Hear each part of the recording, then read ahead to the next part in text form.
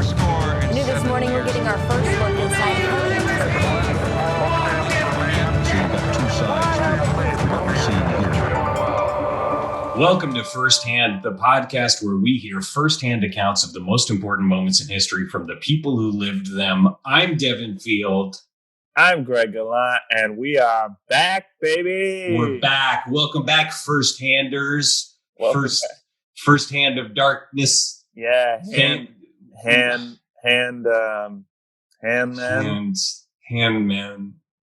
to God. Hand. What's up, God? Yeah. I don't know. Hey. That'll be what we call our fans. We'll call them God. We're going to call our fans gods. So, God bless you, God, and all the gods listening. And this really gets nicely into, I think, our whole new approach this season. Yeah. It's about, I don't know what it's about, but it's exciting.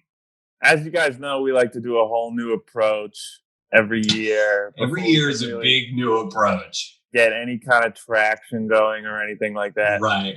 Rhythm. If it ain't broke, don't fix it. But our podcast has been, we're broke. We're broke. We are broke.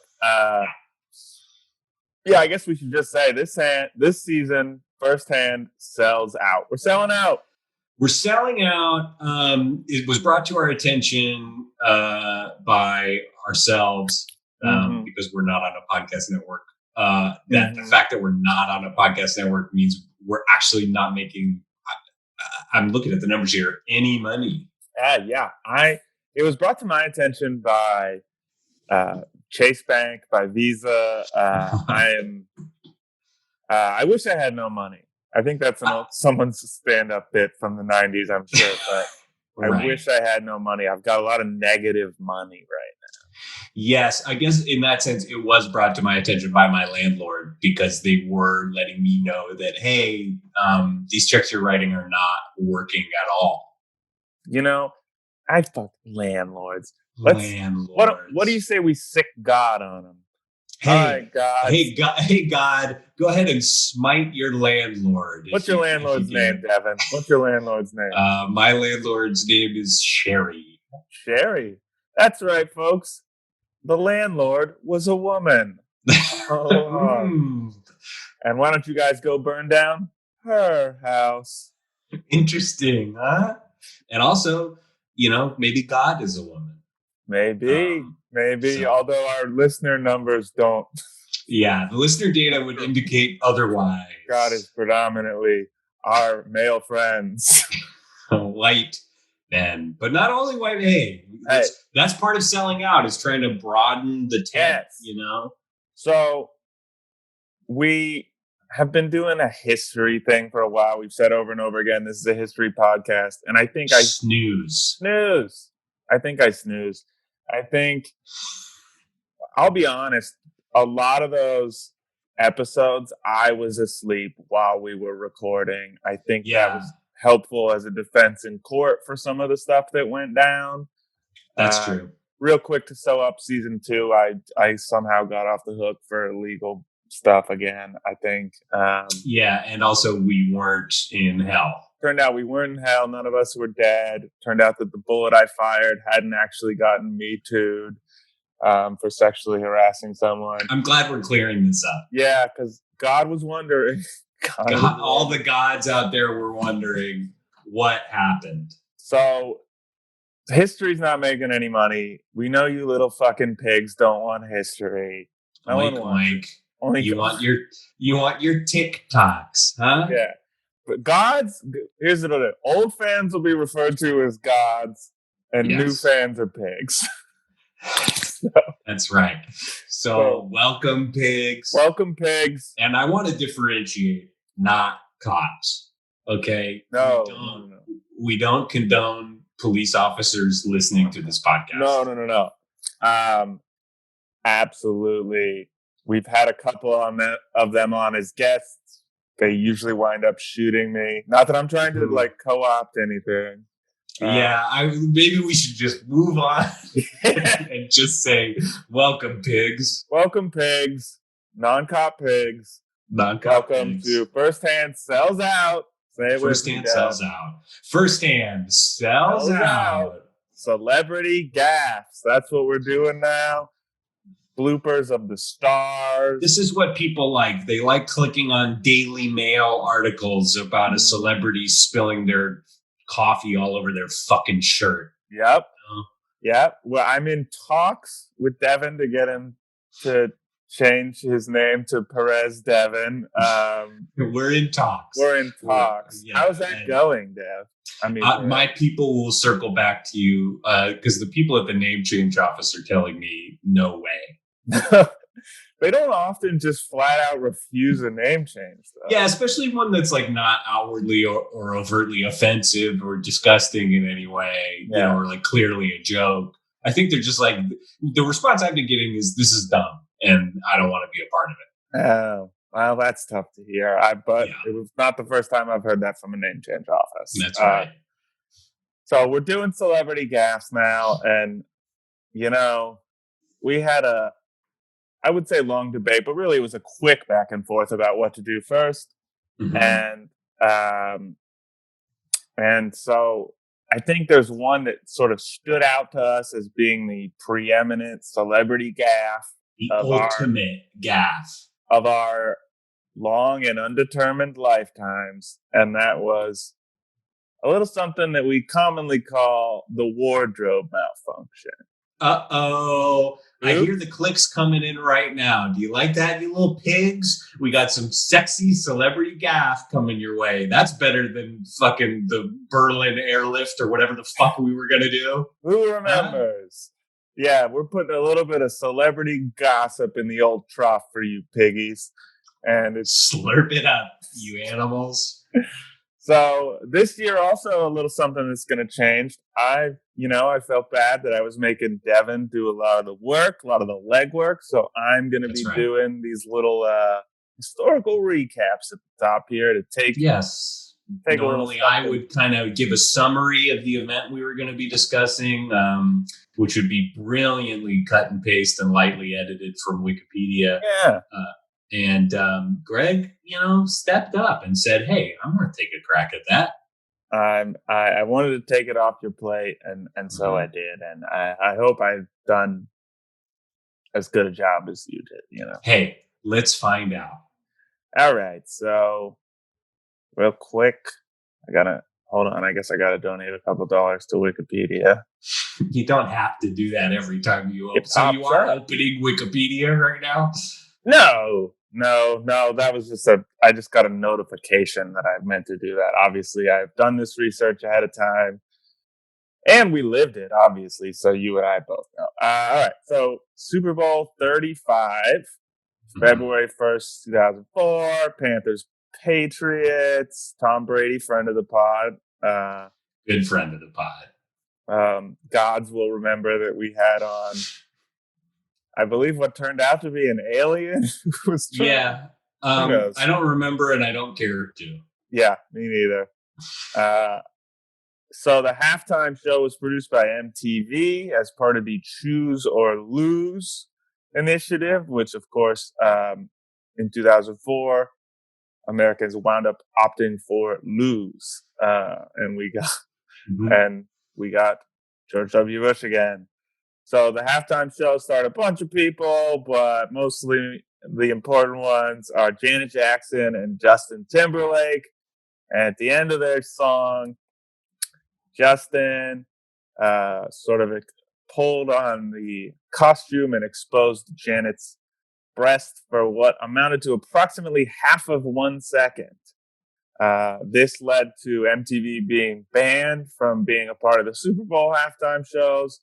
What was initially a $27.5 thousand fine that eventually turned into a $550,000 fine that was then eventually voided by a Third Circuit Court of Appeals. How's that, Devin? That's pretty dry. Yeah, that's extremely dry and really, took the sexiness out of it, which I appreciated. Well, speaking of sexy, to shoot some sexy back in, Les Moonves. Oh, okay. All around. Speaking of pigs, all around good guy. Yeah. And famously upstanding morally when it comes to sex. Blacklisted Janet Jackson from all the networks and stations. Her invite to the Grammys that year was withdrawn, and she was forced to step down from the role of Lena Horne that she was going to be playing in a biopic. They made the correct calculus there, sensing that it was the Lena Horne subject material and not the Janet Jackson star turn that would have drawn people to that movie, which is why we all remember that Lena Horne movie that came out in the mid 2000s. Totally. I mean, people think of Ray. I think of Lena. Yeah, I think of Lena. I think Jamie Foxx won Best Actor for Lena. That's right. Well, that's it. I mean, hey, pretty good summary. Thanks, man. A little cribbed, but pretty good. What does cribbed mean? I don't know. Abbreviated. Speaking. Oh, okay. I thought you were doing another MTV thing with Cribs. No. Have you been on Cribs? Have I been on Cribs? Yeah. Yeah, once. I was on intern Cribs, which is just for people who had interned for MTV, which I interned for MTV casting in, I want to say, 2010. That feels real. That is real. And, I mean, everything is real, but everything is real, but that's extra real. And, they came to my apartment and they sort of took one scan of the living room and they said, I think we're canceled. And that was that. Mm-hmm. Wow. That's tough. Feels a lot like your interaction with the name change office. Similar. We're hearing no's all over the place.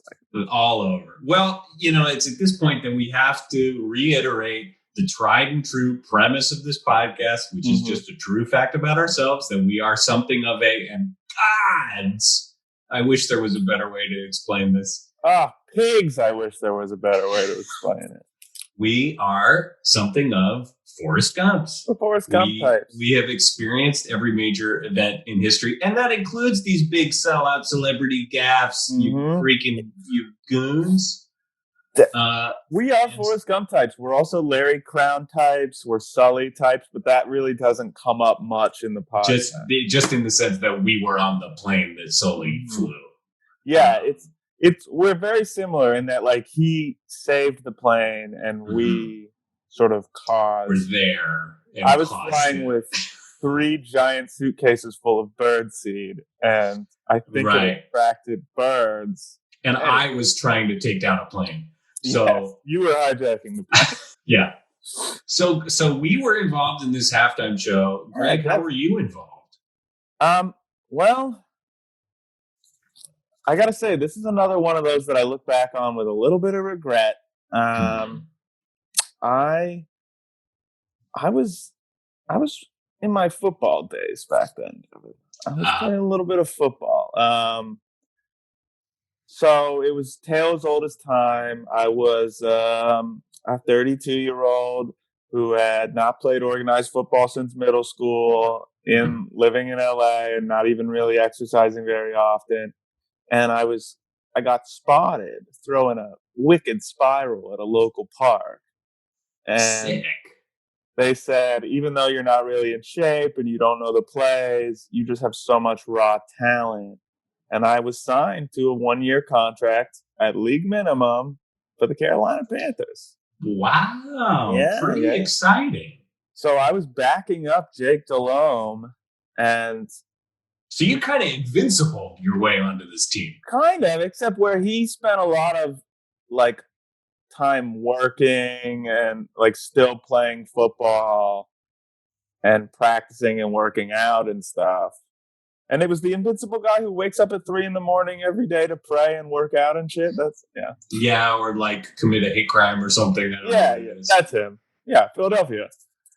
So I just kind of had that raw natural ability, Dev. And so I was there. I was, we're down at halftime, right? I haven't played yet. Coach says, we're saving you. We don't want to tip our hand and have everyone preparing for this amazing talent. But at halftime, we're down. And I'm like, Coach, it's now or never. And he's like, all right, go on. You're going in. So now's my moment, right? But, I love MTV.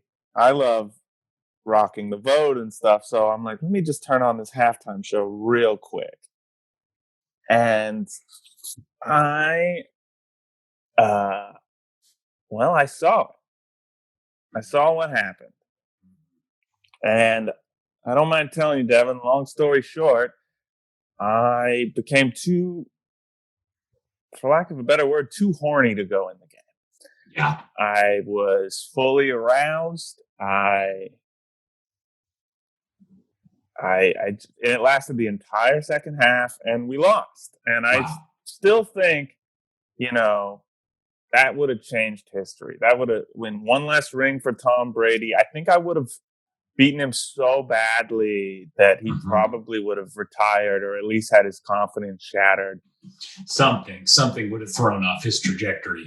If you see a breast for half a second and you're not extremely turned on, I don't know what to tell you, buddy. You're not a man. You're not a red-blooded American man. Amen, brother. You're definitely not a man who's on these experimental Latvian testosterone drugs that I was taking at the time so I could get boners. And so I didn't have a choice. So it was I agreed with all the backlash. I mean, this ruined my football career. I think you experienced what a lot of men all over this country experience, which is they saw 1 second of a woman's bare breast, mostly obscured, extremely hard to make out. And you became violently horny. Insane. I became literally insane. I said it lasted through the second half. I should say it lasted a good part of 6 weeks. Well, I hope you called your doctor. No, because those phone calls to Latvia are really expensive. I couldn't long distance. It was a once a year check-in sort of situation. But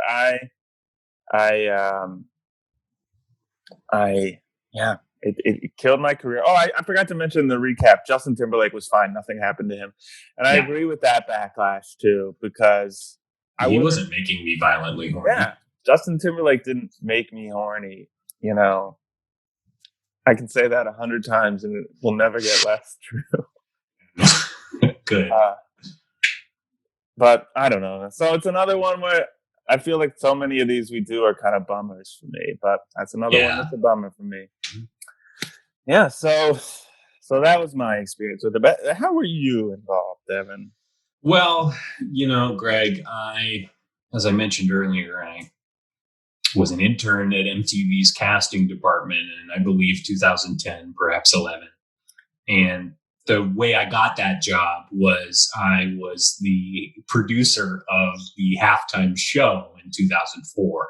So they had my name from that. It's a good stepping stone gig, I feel like. It's really good. When I, was a freshman in high school and I applied for that job of producing the halftime show, I did it as a fucking joke. Okay. I mean, I'm doing this thing as a lark. My buddies and I are on, MTV.com, and they have an open contest does anyone want to produce the halftime show? And they go, you do that, Devin. You love pageantry. And I go, forever. All right. And so they fucking hired me. And so it does seem like a lot of MTV stuff is produced by high school freshmen. Ideally, yeah. Well, no one is better at appealing to the target demographic than the target demographic, okay? Do people want to watch TikToks made by people over 40? You tell me, pigs. I know you don't, okay? God, I remember being on the set for Teletubbies, and it was kind of a nightmare because it was run by babies and toddlers, and everyone was an infant, and it's amazing the show got made, I'll be honest. Well, I don't know if you've ever done a set visit for the Kaminsky method, but it has, things move slow. Let's just say that. Yeah. So anyway, suddenly I'm thrown in the deep end. I'm producing the Super Bowl halftime show. And Greg, I worked my ass off because here's what people won't remember about the halftime show that year. This was not just Justin Timberlake and Janet Jackson. This was a whole slew of legendary artists, a veritable cavalcade of musical talents, giants, titans of their industry. I'll be honest, I couldn't name a single one of them. All I remember. And this is what pisses me off, okay? Because there were so many talented people in here, okay? And no one remembers any of them, all right? So here's what happened. I planned this whole amazing show. I go, okay, first, we're obviously going to start with Jessica Simpson and a marching band. Okay, that's a given. You know, that's obviously where we kick this off, right? So I get Jessica to just kind of shout at the crowd and introduce this wonderful marching band that plays some Outkast songs, even though Outkast was not, you know, a guest. So that was a fun workaround. That was my way of getting some hit numbers in this show, in addition to being introduced by Jessica Simpson. Are you kidding me? Okay. So she comes out, she does her thing, the marching band. Then Janet Jackson, blah, blah, blah. She does a song, blah, blah, blah, blah, whatever. Who gives a shit, truly, you know? Most people, I feel like you're yada-yadaing like the most important part of it. No, because I'm getting to P. Diddy. So P. Diddy is right after that first Janet song, okay? And he is coming out. I tell him, go with, hey, he came to me with a coat with a fur lining on it.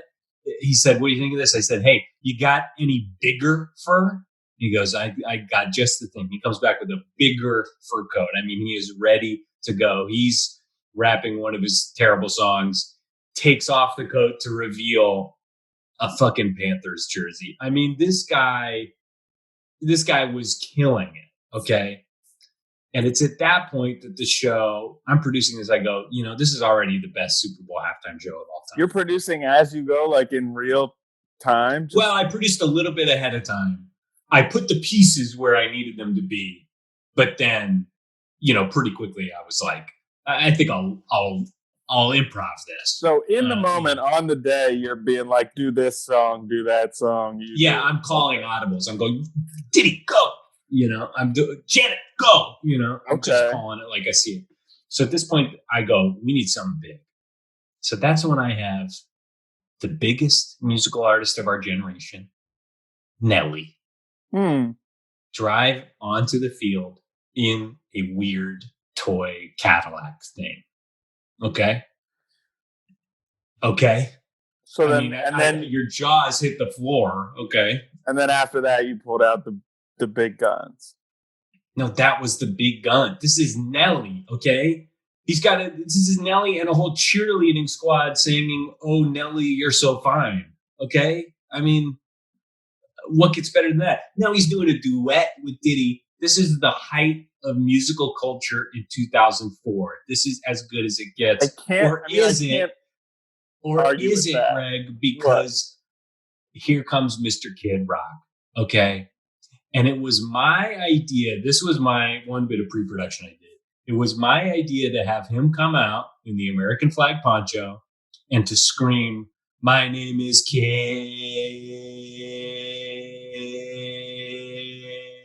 Yeah, we know how it. Hold on.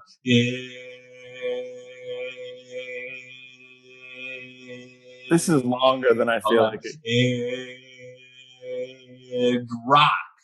And then as soon as he finished, we put up the Chiron Kid Rock so that people would know who it was. And that actually happened, and that's in the tape, and you can watch it. That's pretty funny, all of it. So that was, you know, at that point, bow to bow, the crowd is going absolutely ape shit. Okay. You think this thing is over. And frankly, I hoped it was over. But then they said, no, we're going to have Janet come back out. And guess what? She's bringing her little boy toy, Justin, you know. So they finish it up. He rips her boob off or whatever the hell he did. And then, you know, I come away going, well, that stunk. But at least the whole 80% before that of the halftime show was the coolest shit any of us have ever seen. And then I'm, you know, logging on to MySpace at the time, and I'm seeing the buzz is, oh, nipples. All I'm seeing is the word nipple. I go, did everyone just watch Meet the Parents for the first time? You know? And the Robert De Niro milking scene. Right. Like, did everyone just watch the milking scene from Meet the Parents? This is what I'm screaming at my family. Was that the case or no? It was not the case. They were talking about this fucking boob or whatever. So quickly, that became the story of the day. That was all that happened. And the hours that I had spent, which again was not very many because I was doing it on the fly. Yeah. But the effort that I had put into producing that show went completely unappreciated because it was totally overshadowed by the railroading of one of the great Black female artists of our time, and pushing her into media obscurity for simply following through on a routine that she rehearsed ahead of time. Meanwhile, a white man who actually did the thing is able to continue on to greater success than many recording artists will ever know. So people were talking about that instead of Nelly in a car. Yeah, I guess, I don't know. To me, it makes sense. I feel like that's I don't want to yuck your yum here, but I feel Please don't yuck my yum, Greg. Please don't. I mean, the Nelly, I don't remember I'm going to Google. Tell you what, I'm going to Google. I got my laptop in the studio. And here's what you should Google. The greatest show in human history. That's what I will Google, and I'll tell you what comes up. Tell me what comes up. Because it should be Nelly in the middle third of the Super Bowl 2004 halftime show. Okay. It's a thing about circus. There's a documentary about the circus. I kind of agree. The circus blows. No way the circus is. No, it's not. No, this isn't some Hugh Jackman sing-along. Okay, this is real music. This is Nelly and some cheerleaders promoting Cadillac Escalades. Okay? Images. I'm not going to lie, man. I Googled Nelly Super Bowl car, and I'm not even seeing... Are you kidding me? I'm seeing Nelly in cars, but not at the Super... And actually, what comes up before it is a picture of a halftime show with Timberlake. This is disgusting. This is Nelly erasure, okay? This guy wore a freaking Band-Aid on his face for years, and to be forgotten like this? Yeah. What'd you say it was? An Escalade? Maybe if I change it to Escalade. It doesn't matter. It's sort of an Escalade, but it's really functionally not a real car like you've ever seen. It's actually a very confusing image. Yeah, I literally cannot find this image anywhere. Well, trust me, it's real, and I worked hard on it, and it pisses me off. But after that, my Super Bowl halftime show producing days were done. I did it like 2 more times, and that was it. It was nice that you were able to move up to be an intern, though. Yeah, that really helped. It was unpaid, and it was about an hour and 45-minute commute total. Wow, both ways, and I think I really helped them narrow down some of the casting for Bo Burnham's sitcom and Teen Wolf. And in the end, it's important to leave a legacy. There it is. I didn't leave one. I mean, no one remembers the stuff I wanted them to, but yeah. Oh, yeah. I meant the Bo Burnham MTV thing. The Bo Burnham thing, yeah. The show was quickly canceled. Ow. Bummer. Yeah. Well, let's take a quick break, and then we'll get in. And we talked to some people who, dare I say, might have even had more of a connection to this than us. We dare. It wouldn't make a ton of sense to say this episode because we were both pretty connected to it. Yeah. I don't know. Just take a break and we'll figure it out. Yeah, we'll probably edit the commercial before this point.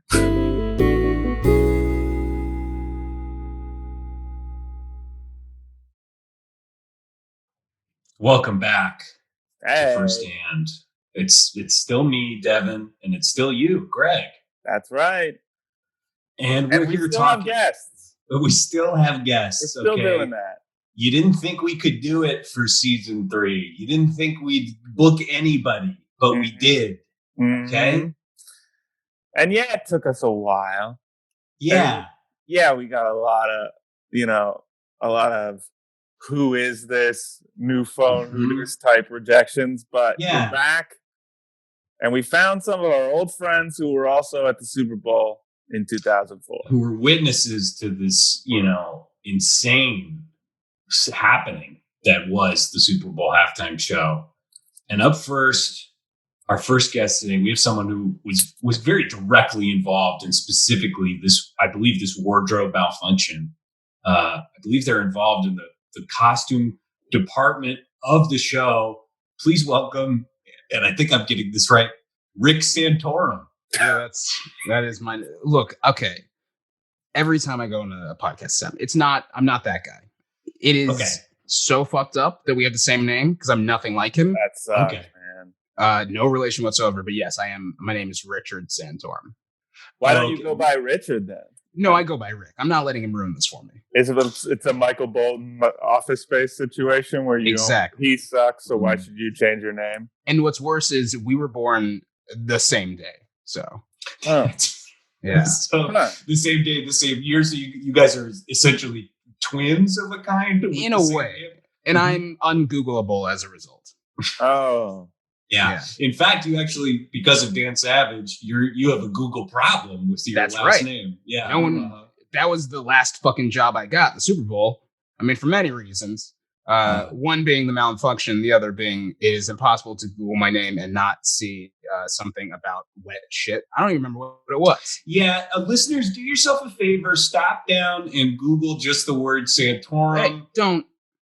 Well, I'm sorry to add to your Google problem, but I think the listeners would like to know the definition and maybe see some image results. Yeah, this is why we're selling out, Rick. I mean, this is what these pigs want. They want celebrity gossip, and they don't want history, and they want to Google Santorum and turn your safe search off, and hit that images tab. Hit I'm feeling lucky, even, Yeah. Well, look, we're happy to move past your name and into one of your greatest professional failures. Okay. Well, I'm sorry, but I don't know if you want. Maybe you could just explain to the I was doing. Look, my part of it was great up until Justin fucked it up, and I think he did it to get back at me. So basically, what happens? All right. So here's the thing: I don't hear too good out of my left ear. It's a problem. Whatever. Move past it. Janet Jackson calls me up 2 weeks before the Super Bowl. She's like, "Hey, I need an outfit for the Super Bowl." I hear I need an outfit for Super. I'm thinking she's going to Super Salad, needs a nice dress for some gala or whatnot. I'm like, I can do this the day of. I'll pull a gown out of my closet. Who gives a fuck? She's just calling up a costume professional saying, I'm getting dinner with a couple of friends in a few weeks. Exactly. I was like, she's trying to impress someone in front of the croutons. I don't know. She wants something that is going to keep spills away from her legs. I don't know what she's doing, but I don't ask questions. My career, I hate it when I spill on my legs, by the way. It's the worst. And I have a gown that prevents that. I haven't been able to get it to anyone because my career is ruined. But anyway, morning of, she calls me, where's the dress? Where's the dress, Rick? And I'm like, the what? Oh, shit. You need that. Like, what's it? You need that today, right? And she was like, yeah, I'm going on stage in the Super Bowl in an hour. I'm like, oh, fuck, the Super Bowl? I didn't hear that. So I quickly cobbled together a dress. And by the way, I did a great job for how little time I had. It looked like if like an old medieval shogun was just in a BDSM getup. I fucking killed it. And that's exactly. Yeah, did you just have like old costume armor laying around or from like a Ninja Turtles movie or something? I worked on the hit 2003 film Black Knight featuring Martin Lawrence. Martin Lawrence, yeah. You know it. Yeah. You're familiar. I love it. It's the most faithful retelling of Mark Twain's A Connecticut Yankee. Thank you. Listeners, do yourself another favor and just Google Shogun BDSM. That's another good one.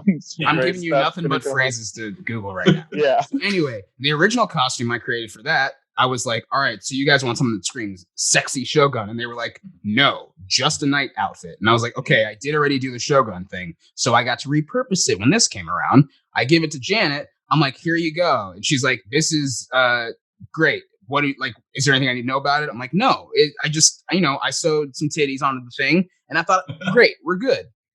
And then Justin Timberlake calls me. He's like, hey, what should I wear? And I'm like, I didn't fucking know I was dealing with you too. So I give him some pants I had left over from a fucking Subway shoot. They were Jared from Subway's pants. Those were Jared pants. Before or after? Oh, well, obviously.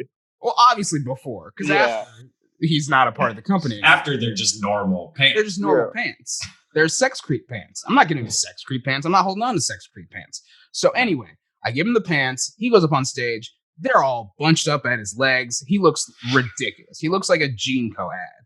And he was not happy about it. So he's like, I'm going to show everyone how shoddy this material is. And he decides to rip off the tit on stage. And everyone's mad at old Rick. Oh my God. So everyone backstage was going, Rick Santorum did this to us. That's right. Ugh. I'm so sorry that you went through that, just all the miscommunications that led to that, which were not your fault, despite not really listening to a phone call that you received. Okay, you listen to every phone call you receive, huh? No, I don't. So, I don't. Glass houses, glass stones, or whatever the saying is. Yeah, don't throw glass stones, Devin.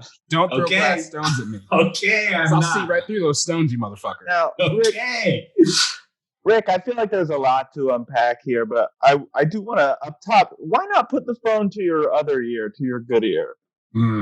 Because that's not how I was raised, okay? Interesting. In my house, phone's on the left ear. Yeah, well, not religious, cultural, really. Oh, okay. In the Santorum household, we hold our phones up to the left ear so we can use the right hands to point at other people. And, you got to direct people. You got to go this. You can't direct your left hand. That looks ridiculous. Look at me. You can kind of use your right hand to like snap at someone like, hey, give me a piece of paper to write something down. Right. You used to do the international symbol for pen, which is just, just waving your fingers. Yeah. And when I go to restaurants, which I still do, and I ask for a pen just to like draw something funny on the tablecloth, I do this, and the waitresses never know what the fuck I'm talking about. That's probably because they're using your wrong hand. Oh, yeah. Wow. Right, with the right hand, they'll be like, okay, that's a check. You do it with your left hand, they're like, what? Is he trying to tell me there's a duck around? Right, and I'm not. Not.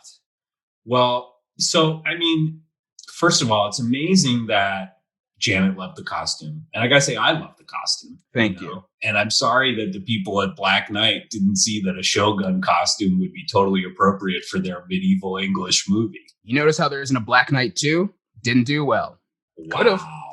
Wow. Yeah. Okay. We could have been 2 decades deep into the Black Knight cinematic universe. They had taken all Rick's ideas. Oh, so can you imagine Black Knight 8? You got The Rock, you got Statham, you got a little cameo from Helen Mirren, you got Charlize. Right. It could be John Cena's in there. Yeah. Huge. Tyrese. Ludacris is doing shit like, there's no way I'm going back in time to the medieval ages. And then you cut and he is. That's the kind of jokes we could have been having. Now, Rick, I'm detecting something. Are you also a bit of a screenwriter? It feels like maybe you've got a couple ideas burning in that skull. Stop. No. No. Look, I love the stage. I love cinema. I love the screen. Yes. And as a costume designer, you get little bits and pieces of it here and there, but you never get the true art of it, which is writing down the things that people say. And sometimes I do it. Sometimes I'm on set and I just am like, man, if only they would do it this way, If only Martin, I almost called him Martin Luther, which would be problematic. If only Martin Lawrence were to say the line this way, maybe the movie could have been successful. But no one wants to listen to me. I'm just the dress boy. That's what they call me. They call me dress boy. I get it. Dress boy. That's right. I get it, man. You're sitting there on set, you're cobbling together whatever Shogun bullshit, and you're looking at the guy who's writing the dialogue of Black Knight and thinking that's an artist, like that's an artist. Right. What am I doing? Designing costumes that will be seen by millions of people. Yeah. This guy's an artist. That's right. I'm over here living out Phantom Thread. That guy's over there living out one of the many movies that's made about how great writers are. Now, speaking of Phantom Thread, did you speaking of Phantom Thread, did you leave any secret messages in Janet's costume? Yeah, I left a little note that said, don't tear the titties off. I guess you didn't read it. Must have been busy. Oh. Okay. Shame. It seems like you really did everything you could. I tried so hard. And you know what? The thing is, I think Justin saw that note too. And he was going for it. Yeah. He ripped. Wow. And so I guess let's take this moment to settle it once and for all. Okay, there's so much debate. Was that tearaway boob cup intentional or not intentional? Just tell us what happened with that design. Look, if anyone out there who is looking to hire me for a future project is listening, let me just tell you, 100% intentional. I meant to do that. It was a request, and I did it on purpose. And now I would love for you to just hit that 15-second forward. Just don't listen. It was a mistake. I fucked up. I fucked up so bad. I'm so sorry. I fucked up. It's all my fault. I'm so ashamed. Rick, we don't have that capability on our podcast. Of what? 15 seconds our podcast is actually released on a different app that's not.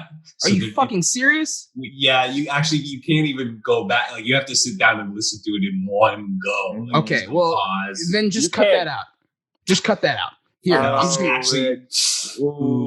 We don't. Our podcast we don't have editing capability. Are you serious? Yeah, it's kind of a live to tape. We're actually live recording this to vinyl. It's complicated. Yeah. It's the way Jack White records at Third Man Records. It's complicated. Why would you? Yeah, if you leave the room while it's playing, it catches on fire. So you really have to sit there and listen to the whole thing. I should have asked about this before I came onto the show. This sucks. Yeah, well, sorry. It does suck, but we can't. If you got a better way to record a podcast than recording it directly to vinyl and later recording that vinyl to a podcast app that doesn't let you pause or rewind or fast forward, let me know. Okay. I don't know nothing about audio engineering. I'm just a humble screenwriter, dressmaker. There. Dressmaker. I'm a dressmaker. I make dresses. That's what I do. Here, Rick. Now, did you also design Kid Rock's American flag poncho that he wore for the? Okay, so you can see the tag on the end of it. Yes, I did. That was awesome, and that one I'm proud of. It looked beautiful. I mean, some people think that's like a desecration of our national symbol, but Kid Rock looked fucking badass. Hey, Kid Rock calls you up. He says, hey, I need a flag dress for Super Salad. I go, okay, whatever. And that was, okay, so for all of them, you thought they were going to a Super Salad. Look, the thing is, most of my clientele, to be perfectly honest, like I do movies, I do stage shows. 95% of it is people who are going to eat either Super Salad or Soup Plantation and just some sort of formal wear for the occasion. And I don't ask questions because then they get offended. Maybe it's a religious thing. They're like, yeah, I dress up to go eat moderately priced soups and salads. Sure, we're not here to judge, And you know what? Some people do. Kid Rock actually did use that to go to a Super Salad. And you're kidding me. I'm not. And you can, if you watch closely at a Super Bowl performance, there's a tiny little stain, I believe a lobster bisque on the corner of it because he just didn't get it dry clean until afterwards. Wow. Yeah. It's noticeable. I wouldn't call it time. I mean, it's about the size of a football, I would say. Well, I like to downplay it because people think that's me as well, and it's not. That was all him. Rick, we don't. Oh, that was him. Oh, okay. Yeah, that was him. Okay, that wasn't your fault. Like no, it's not my fault. If you want to hear about something, that was my fault. Yeah. Okay, so you can just cut this out of the podcast. So one thing that actually was my mistake is I believe it was the year that Beyonce was a few years ago, right? Bruno Mars isn't supposed to be there at all. Bruno Mars, it was a mistake. I told Bruno, I was like, okay, what I need you to do, I need you to take a left at this one door and then go down this other hallway. And then I left a dress for Beyonce down there. And then he goes on the wrong fucking door. He's out on the field. He's out on the field embarrassing himself in front of everybody. And he brought all of his friends there too. And I just didn't. I can't believe that's insane. I mean, Rick, you caused one of the great tragedies of our time, Bruno Mars performing at the Super Bowl. And you just admitted to it on this podcast. Oh, that's Beyonce's career. Why would you not cut? Why would you not? Please just, okay, can you just take a chunk out of the vinyl? How does it work? The vinyl is not such that you can chunk a piece out. I wish it was. I really think you should try again. Take an X-Acto knife and just put it in one of the grooves. Rick, do what we do. Hit him with a psych. Say you were just kidding. But I can't now because you already said hit him with a psych, so they'll know that it. Okay, let me just. Okay, so all right, just delete the last 15 seconds. Psych. We can't. I don't know why he's asking. Psych. Okay. Oh, psych. That's a big psych. Everyone, he did a good job, and he didn't do a bad job. Wow, that's right. Well, Rick, your story is fascinating. I'm sure we'll hear much more as we continue to talk with you. But right now, we want to bring in our second guest. This is someone who is, dare I say it, even more intimately involved with the very specific moment we're talking about. Emphasis on intimate, I would say. That, yes. Please welcome Dana Dobbs. Hi guys. Oh my gosh. Hi. Thanks for having me. Of course. Now, when Greg told me exactly what you did regarding Janet Jackson's breasts, I couldn't believe we booked you. So let the people know what you did. Well, I just want to some people get excited first because when they hear Janet Jackson's breasts, they assume naturally I'm the person holding her breasts in the famous Rolling Stone cover. And that's not me. That's not you. That's not me. Do we know who that was? I Rick, don't. was that you? No, this is so embarrassing. I'm so sorry to steal this. It was an early job of my wife. Oh, yeah. They're beautiful hands. Please tell her she did a beautiful. I will. Hey, Mila, did you hear that? Mila? Is it Mila Jovovich? Okay. So again, is your wife Mila Jovovich? Her name is Mila Jovovich, but it is not that Mila Jovovich. Oh my God, this must be hard for you guys going. It's actually out of town. It's kind of how we met, but it also is not a fun thing for us to deal with. But that's not. I'm not mad at the pairing of Rick Santorum and Mila Jovovich. Hard not to picture those two out for dinner at a super salad. It just makes sense. It just makes so much sense. It makes sense to you all. Well, you were saying. No, I'm so that's amazing to know. No, I was connected to Janet in a different way, and her breasts. Actually, one breast. I am the piercer of her right nipple. Wow. Yes. Okay. So you were the one who installed or pierced and added some jewelry to Janet's nipple. Yes, the famous flaming sun shield, as it's called, that goes through the nipple and sort of flames out all around the nipple, frozen in a million screenshots. Yes. Really the advent of kind of screenshotting at the time. And that came from my shop in Houston, and that's my handiwork. So wow. And now, I think a lot of people at the time, myself included, thought that was some type of sticker pasty. Yes. But you're telling me that it was semi-surgically inserted onto and in her body. Yeah. Oh yeah. If you get really in that zoom, it's pixelated because it's 2004. But you will see that it goes, it's like a brooch. Like, you know how all men have a deep understanding of brooches. Yeah, sure. We're guys. Yeah, totally. Yeah.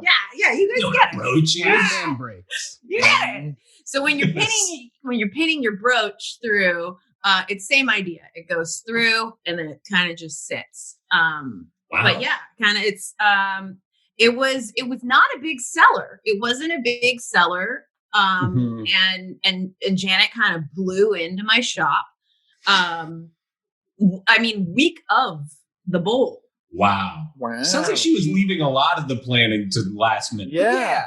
And then we get the fucking shafter it, and it's like, okay, plan like more than a week in advance. I mean, well, thank you very well, exactly, because I was, first of all, I was very flustered. It's Janet Jackson. She came in, she had the tit out so fast. Whoa. What could be more overwhelming? I'm running my piercing shop and suddenly Janet Jackson flies in. She has a huge entourage with her. Mm-hmm. The tit is out. The ask is immediate. And I did it, but is it my best work? No. I'm sorry. Did you say the cast of Entourage was with her? Yes, the cast of Entourage was with her. Wow. Okay. Wow. Interesting. Yeah. So we're talking Adrian Grenier is walking in. Yes. I didn't know she knew them. We've got Dylan. We've got the other guys. And was Wahlberg there? No, he was waiting in the car. He didn't come in. Waiting in the car. That's fair. Yeah. So imagine on my end. There I am. I was cleaning up for the night. I was putting everything in the little jars that look like formaldehyde to clean everything. Yeah, you use those like blue Barbasol. I put all my piercing needles and jewelry into those at the end of the night. I shake them all around. Cool. And then, so I'm cleaning up, and then Janet and the cast of Entourage come flying in. and I don't know exactly how fast that means, but it's fast. I don't know. And this is the most 2004 story I've ever heard. Yeah, were they on Segways? They were on Segways. Yes, Knew Rick. it. You nailed it. Well, Janet came to my studio on a Segway too. So and tell me this, she wouldn't get off even No. for the piercing. I'm sure she did her fitting on for you on her Segway. I'm piercing a moving Janet Jackson on a Segway. It's also kind of an insult to my profession, but I guess that's neither here nor there. But it's lopsided. I'm not in love with my work, and I think you did a great job. Well, I just wasn't beautiful. Yeah. I mean, it's not exactly the claim to fame I was expecting, and suddenly I'm the gal you go to for the right nipple. And in the piercing world, you never want to be pigeonholed like that, I see. So this really hurt Rick's career, but did this help or hurt your career? Because you were pigeonholed, but you also are the go-to girl for right nipples. So I'll tell you what, it netted out. My business went up. People knew me. People came to me. But guess what? People only want one nipple. And that's half my income gone. Okay. Oh, wow. Imagine that. Imagine if you're doing one ear, and anything down the side. Or for Rick, one pant leg. Exactly. You guys get it. One pant leg would be the death of me. How? Yeah. And so, sure, it's nice to be known. Did I get invited to some parties? Absolutely. Did I make close friendships with the cast of Entourage for a bit? That rules. Yeah, I noticed you have a picture of Kevin Dillon behind you. Yeah, it's actually from Johnny Bananas, who's the show within the show. Oh, I love Johnny Bananas. Yeah, I wish they would just make that show. I was wondering why you brought that here. Yes. You brought that into our studio. Okay, I'm glad we touched on that. I bring it anywhere. It just that I'll be honest, I was a little nervous. I don't do a lot of interviews, and so I channel his charisma, his energy, his confidence when I need it. So when I think charisma, I think Kevin Dillon. Well, specifically as Johnny Bananas. Yes. That's kind of like how I keep the hat Turtle War in episode 67 in my left backside. Oh my God! So we both also worked. Yeah. So that's amazing. That's amazing. And that's also unique because that's the exact style of, I believe it's a trilby fedora, which is the kind of shitty fedora that Turtle wore and Justin Timberlake was quite fond of. Shitty is a subjective term, sure. It was of the time. Of the time. Yeah, in 2004, that was the coolest hat you could wear.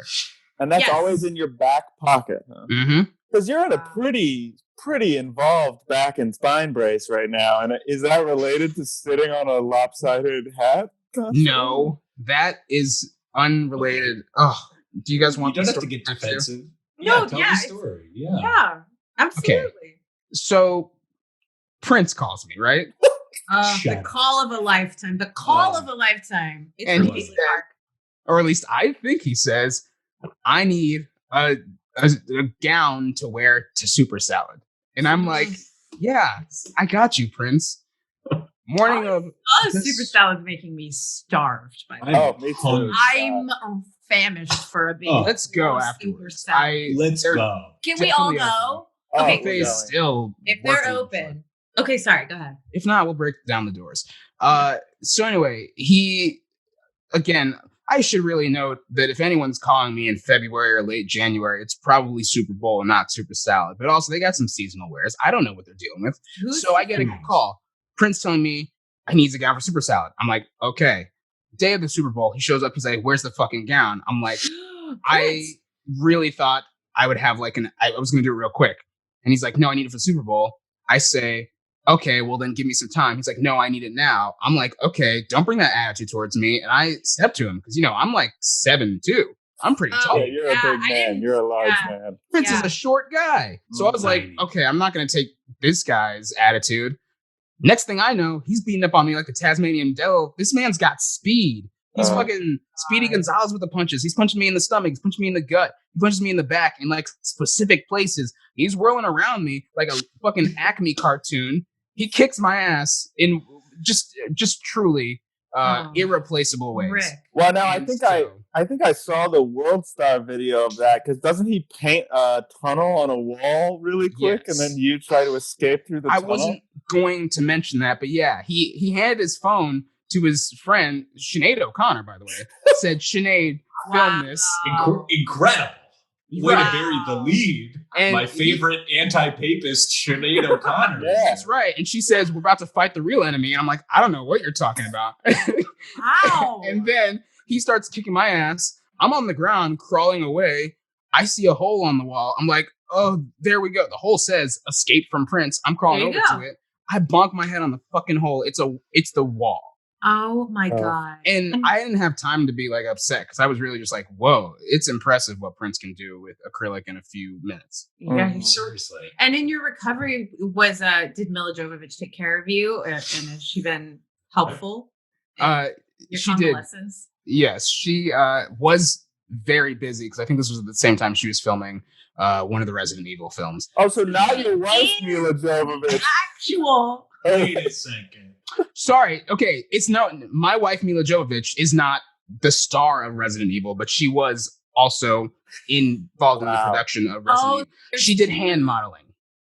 In the close-up shots in Resident Evil of any actress Mila Jovovich. Yeah. Well, not that your wife isn't an actress. No, she was doing it for the zombies. Sometimes her hands are real fucked up. Wow. Oh, okay. So she had fucked up gross hands, and so she was able to just do zombie claws. That's right. Her hands have tremendous range. I was going to say, what a career. Sometimes, you know how Beyonce was like, I'm tired of being sexy? And how Alicia Keys was like, I'm going to stop wearing makeup? Mm-hmm. That's my wife with her hands. Sometimes she hits it big, and then she's just like, I'm sick of people objectifying my hands, and she goes the opposite way. She's like, I'm rubbing these in dirt. I'm just going to start hitting stuff. Oh my God. Makes sense. Wow. You guys have really been through it. This is amazing. Dana, I mean, Rick has worked with all these celebrities, and you're saying you blew up, you became friends with the cast of Entourage. Did you get to pierce any other celebs, or did you get your Prince call, as it were? I did, but it was I wouldn't it's tough. It was it's 2004. Mm-hmm. And my phone rings, and it's Roseanne. In 2004. So she's between projects, right? Well, I'm not positive, but several decades between projects. Yeah. The show is wrapped. She's on a nut farm in Hawaii, I believe. That's right. She had a reality show. She hasn't quite become a judge on Last Comic Standing yet, so she's between her big two. Not a pariah, hasn't been booted off her network show. Right. And but the call comes, what do? Who am I to judge an IMDb list that great? And that is what all my metrics are based off of. So you go by the star meter. Star meter, exactly. Have you ever had to turn someone down because they weren't high enough on the star meter? Ooh. Absolutely. I do not dip below 109. Oh. Okay. But sorry, Jacob Tremblay. Okay. Well, that's more of a legal issue for me. He's a little kid. Yeah. Well, yeah. Two felons. I can't pierce. Yeah, he's a felon. Yeah. Which, we don't have time to get into it here. No. Jacob Tremblay is fully canceled. Okay, yes. That's it. Right. Sorry. No, I don't even. Well, let's go back to your room. Wow. But yeah, I got the call. She flew down. She wanted to fly out to Houston, to where my shop is, Houston Holes. And Houston Holes? It's a piercing shop. Right. No, we get it. Oh, okay. We're just kind of wondering, I don't know, do people ever come in expecting something else? Like what? I don't know. Like what, Dev? Yeah. I don't know. I don't know. I haven't had just any. cut out that part of the cylinder or something.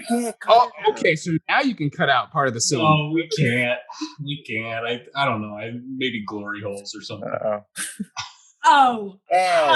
Devin. No. Oh, I'm sorry. Oh, you just assume because it's a piercing place that I'm here to talk smut.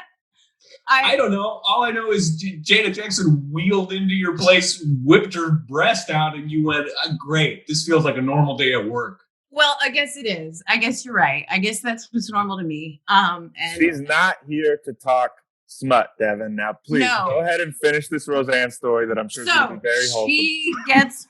She wants a clit pierce. So. Okay. Sure. Yeah. Wow. Sure. Fellas, Roseanne walks into your piercing shop and wants her clit pierced. What do you do? She blows in. She's got a whole crew with her. And before I know it, the pants are down. And she had the cast of Deadwood with her. Oh yeah, Roseanne runs deep. Yeah, so it's Oliphant is there. Oliphant. It's where is McShane, the wife from Breaking Bad. Yeah. Garrett Dillahunt was there as two different guys. Yeah. And honestly, they're lit. They've clearly been out carousing around Houston, and they're amped, and they're like, Roseanne, you're doing it. I'm rattled, of course. I had been closing up yet again. And before I know it, Roseanne's pants are down around her ankles, and she's in my chair like it's a damn OBGYN visit. She's ready. She's in the stirrups. Yeah, I was going to say, is there a reason you have stirrups at the piercing place? Largely for this type of piercing. It just doesn't happen that often. And I'm usually prepared. And I'm nervous as hell. Who wouldn't be? It's one of the most famous clits. I mean, everybody knows this clit. I believe she is 87. Her clit is like 22 on the star. Yeah, something like that. Yeah. I mean, when you and your friends, and I know we all do this, you sit around and go, okay, who's on your Mount Clipmore? And it's like, Roseanne always comes up, you know? Easily a top 4. Yeah. I remember being a kid and you do math, and you always hoped it would land on Roseanne's clit. I hoped it would land on that for my house, because that was bigger than a shaft, you know? That's how we would play it. I don't know. Shack, house, mansion, Roseanne's clit. Well, I'm glad we didn't talk smut. No, I appreciate you guys respecting that. So I'm sorry, I feel like we didn't let you finish either. No, I pierced the clit, and again, it was a little rushed. At least it wasn't on a national stage days later, like Janet's. But no, I felt a little more prepared, and I did fine, and I ended up going out with them and partying with that Deadwood crew and Roseanne. And it was great. How was Oliphant? He doing well? He was in rough shape. Yeah. Oh, that's so bad. Pre-justified, I guess. Yeah, He was very curious about like the piercings I'm less excited about, the down the back weird kind, Down the back weird kind. The down the back weird kind. I do know what you're talking about. As a piercer, hard for me to say. It's a bit judgmental of my own. Yeah. Where you get the hoops put in and you get swung around rooms by them as like a BDSM thing. Yeah. Is that BDSM? It's like Soleil. Yeah, I guess it's beautiful. Like it's either, it's either. But Shogun BDSM. There you go. I should have sent him your way. Yeah, he just had a lot of questions. You can't send him my way again. No. Never talk to me again. Yeah, well. Oliphant is on your shit list, Rick? No. I feel like we're getting. I shouldn't tell stories out of school. Oliphant called me up one day and said, "Hey man, I need a suit for the Super Bowl." And I'm like, okay. So this time you heard Super Bowl. Well, here's the thing. What time of year was it? What month? It was August. So I'm like, okay. He's preparing far in advance. And I'm like, cool, I got this. I make him a big mascot looking like the Fox robot. And he shows up to my studio like, what the hell is this? I wanted a suit that I could wear to the soup plantation. And you bring me this fucking outfit? And yeah. So he's Did he pull on you? Did he shoot you? No, he didn't shoot me. Oh, good. I was like, what do you mean by pull on me? It's a term they use in Justified. And Deadwood. Yeah, I can't watch those shows now. It's kind of ruined for me because I just think, man, he would be so mad at me. I don't blame you. It's the same. I mean, I'm sure none of us can watch Roseanne, because we're all thinking about something else. Exactly. There you go. Yeah. And you want to watch it because it's so funny and timely, and because John Goodman looks so normal that you want to tune in, but you can't, and it's sad. Well, and I'm a Laurie Metcalf completionist, so I have to watch it. Yeah. Who isn't? First of all, and so that means you're a big Horace and Pete fan. Oh, you know it. Everyone there did a great job. I have no notes. Now, do you have to watch every episode of a show if she's only in some? How complete are we talking? Look, the IMDb, they don't really specify which one she's not in, so I'm just watching them, and I'm like, there's some episodes where I'm like, she's not in it, and it's been 22 minutes. She better be in this last date, and when she's not, I get mad. I don't blame you. I completely agree. We got to get Lori on this show, Greg. Yeah, we just got to have her have a big gaff. A big celebrity. Can you imagine how ablaze the web would be if Lori Metcalf had a little gaff? I wouldn't get off Twitter that day. I'd have to defend her. Yes, we would all come to her aid and say no. Lori Hobbs would be out in force.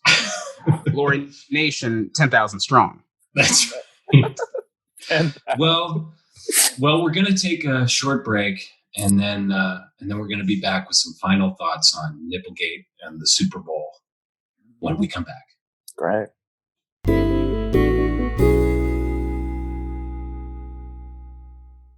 Welcome back. And you pass me that bisque? Yeah. Yeah. We're all sharing one big, I guess you'd call this a tureen of bisque.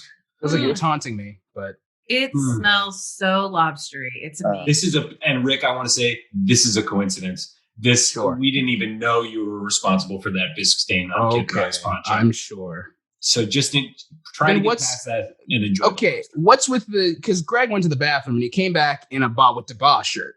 Yeah. What's that about?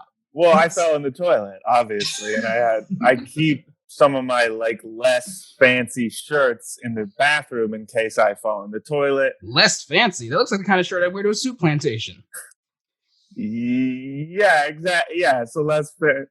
Starting to realize I've been approaching soup plantations all wrong.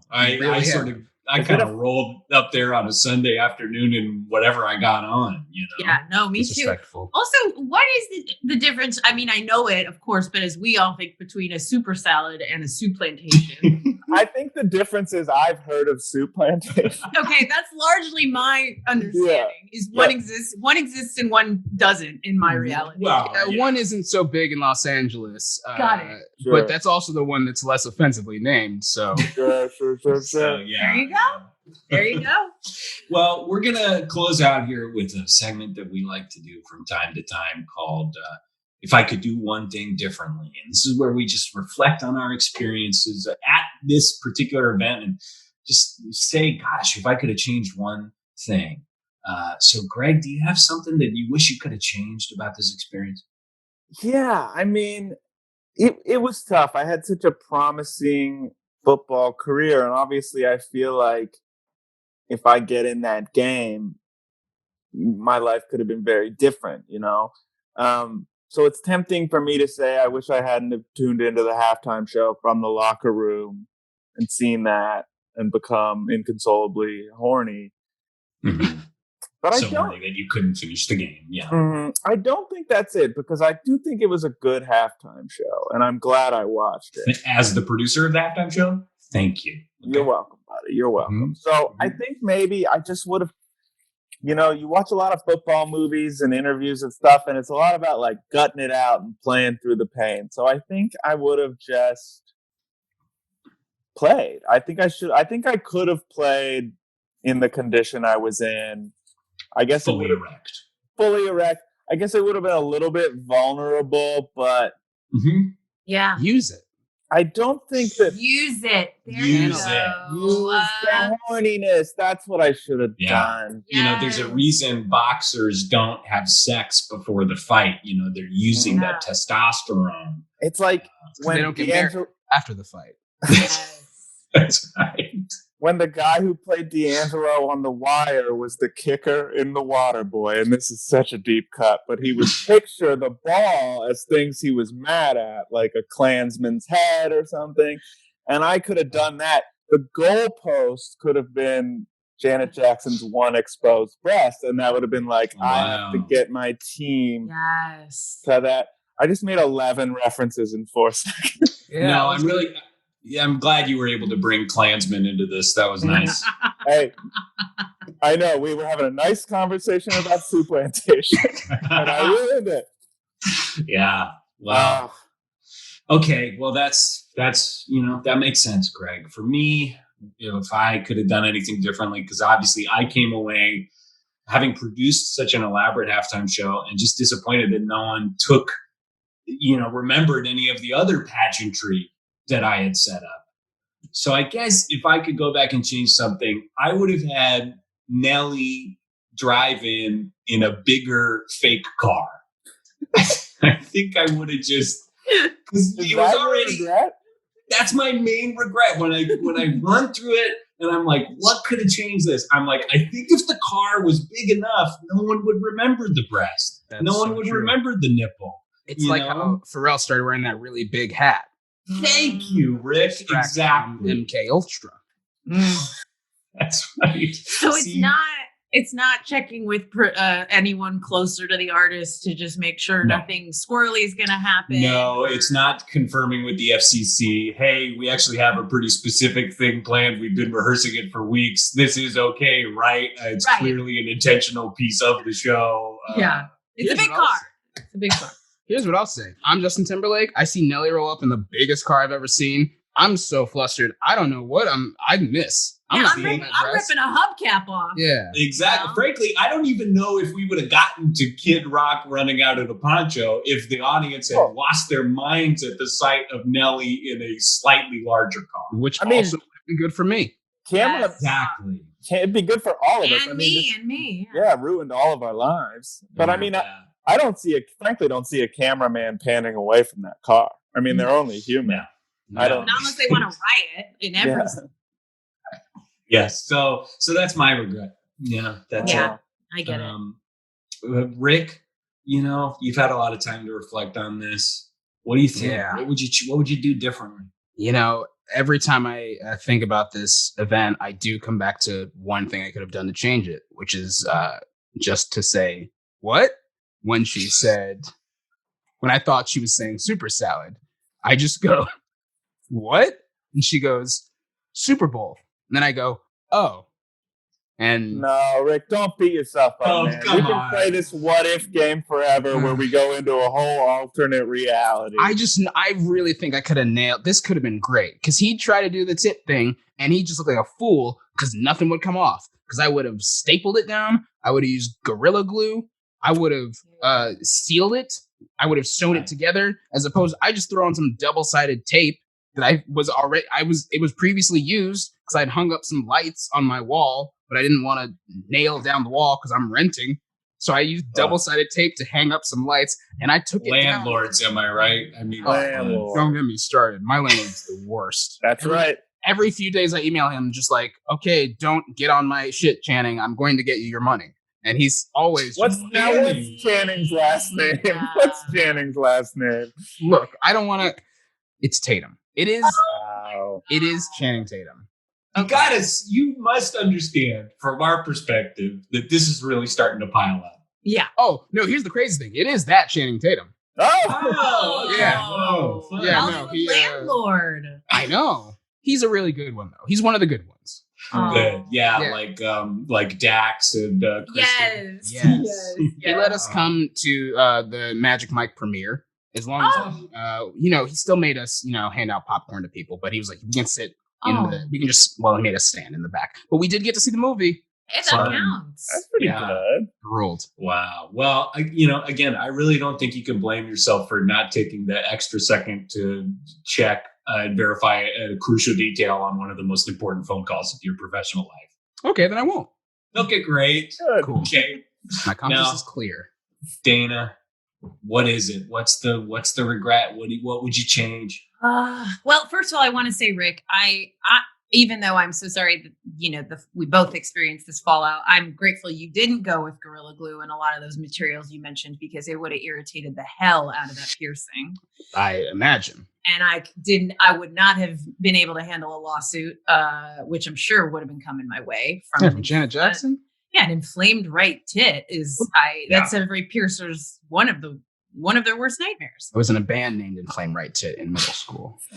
Sick.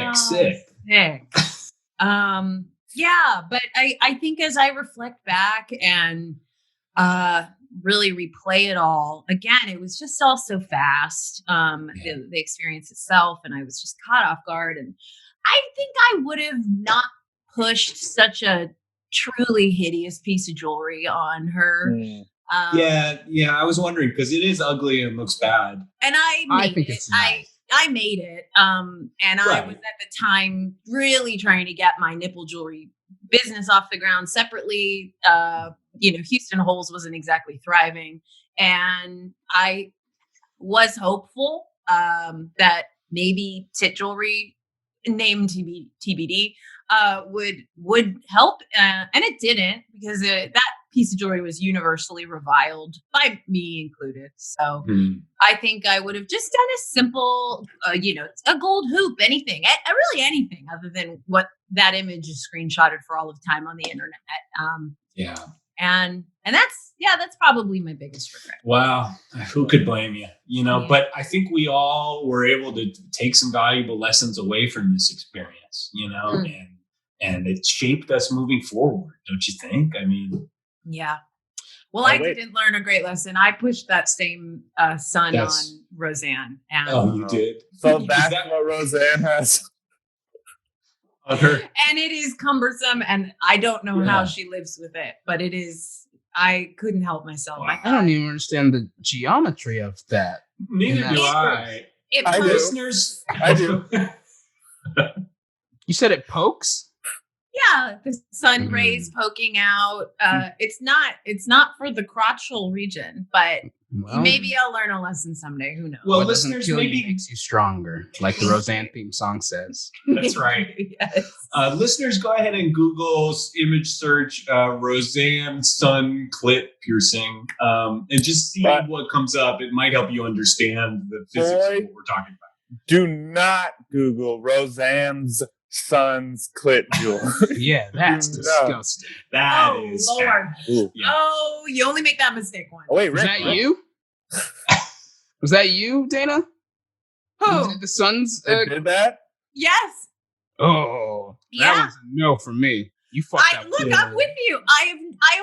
I couldn't hate my work more, in all honesty. I think that goes for all of us. Yeah. It seems like we all have a real love-hate relationship with everything we do.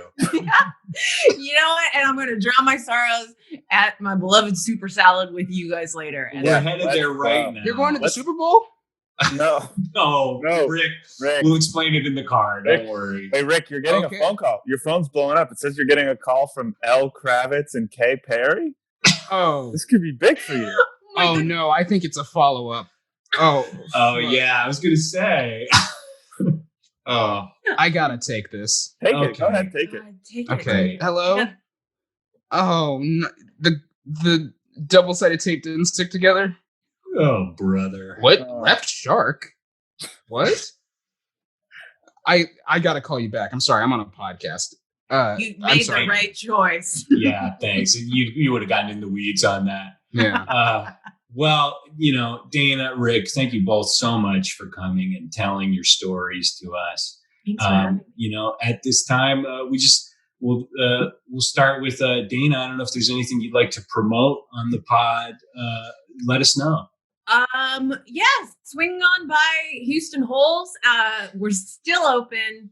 And I am open now late. So open late? I don't know. So you're not closing when people come in. Mm-hmm. Wow, good. Yeah. Now, Rick, how about you? Any promotions at this time? I honestly think I'm going to be shutting down the dress shop, so probably not that. I think I'd like to find something new to do, but yeah, nothing to promote in that field anymore. Wow. Yeah. Wow. Okay. Well, there you have it. It's our first celebrity gaffe. It's Nipplegate 2004. I think we covered it, and I think this episode was sexy and fun and clickbait. Well, there you go, pigs. You piggies. Slop it up. We put it in the broth. Oink, oink. Oink, oink. Piggies. And remember to burn down Devin's landlord's house. That's right. Goodbye.